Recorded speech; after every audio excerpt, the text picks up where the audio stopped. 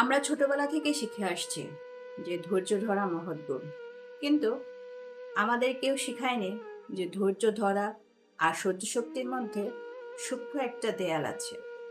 এই যেমন ধরুন, আপনি এমন কোনো জায়গায় অবস্থান করছেন যেখানে আপনার উপস্থিতি কাউকে আনন্দ দেয় না, আপনার কথা কেউ শুনতে চায় না। সব কিছু মিলিয়ে আপনার আবেগ সেখানে একটা তামাশা তৈরি করে। নীলি হিসাবে আমি আপনাদের কাছে একটা প্রশ্ন রাখছি, যেখানে আপনাকে বারবার অপমান করা হয়, সেখানে একটা সম্পর্ক টিকিয়ে রাখার জন্য পড়ে থাকাটাই কি বীরত্ব, নাকি সেখানে পড়ে থাকা মানে তিলে তিলে নিজেকে ধ্বংস করা?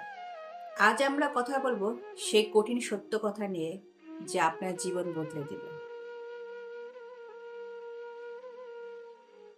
একটা সত্য কথা কি জানেন? মানুষ আপনাকে ঠিক ততটাই অপমান করবে যতটা অপমান করার সুযোগ আপনি তাকে দিবেন।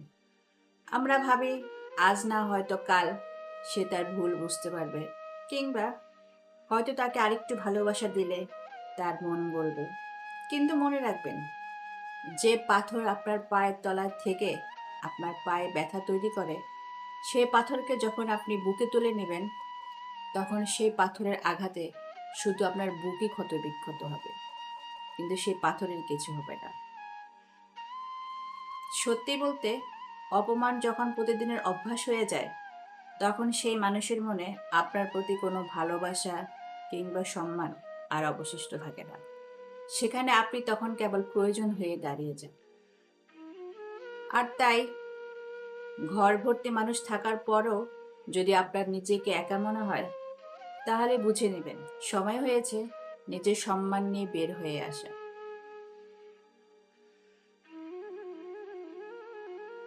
অনেকেই ভাবেন বের হয়ে গেলাম মানে আমি হেরে গেলাম, কিন্তু কথাটা সত্যি না। সত্যিটা হলো, বের হয়ে যাওয়া মানে বিষাক্ত পরিবেশ থেকে নিজেকে মুক্তি দেওয়া, নতুন করে নিজেকে ফিরে পাওয়া।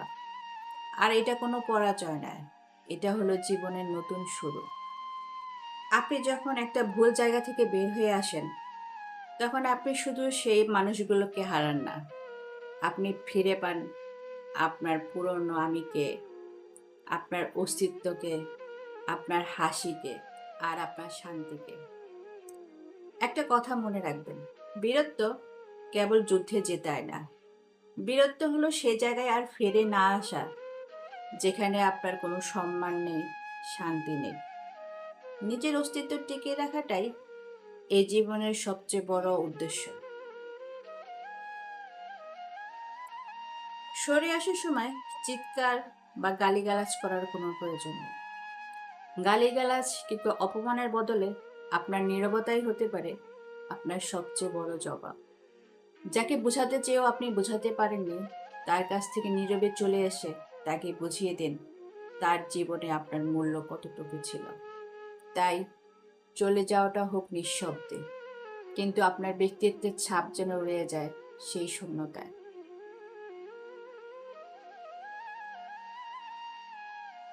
জীবন একটাই, আর এই জীবনটা সে মানুষদের পেছনে নষ্ট করে লাভ নেই যাদের কাছে আপনার কোনো মূল্য নাই, যারা আপনার চোখের জলকে কেবল দুর্বলতাই মনে করে, যারা আপনাকে অপমান করে তাদের মানসিক শান্তি খুঁজে পায়।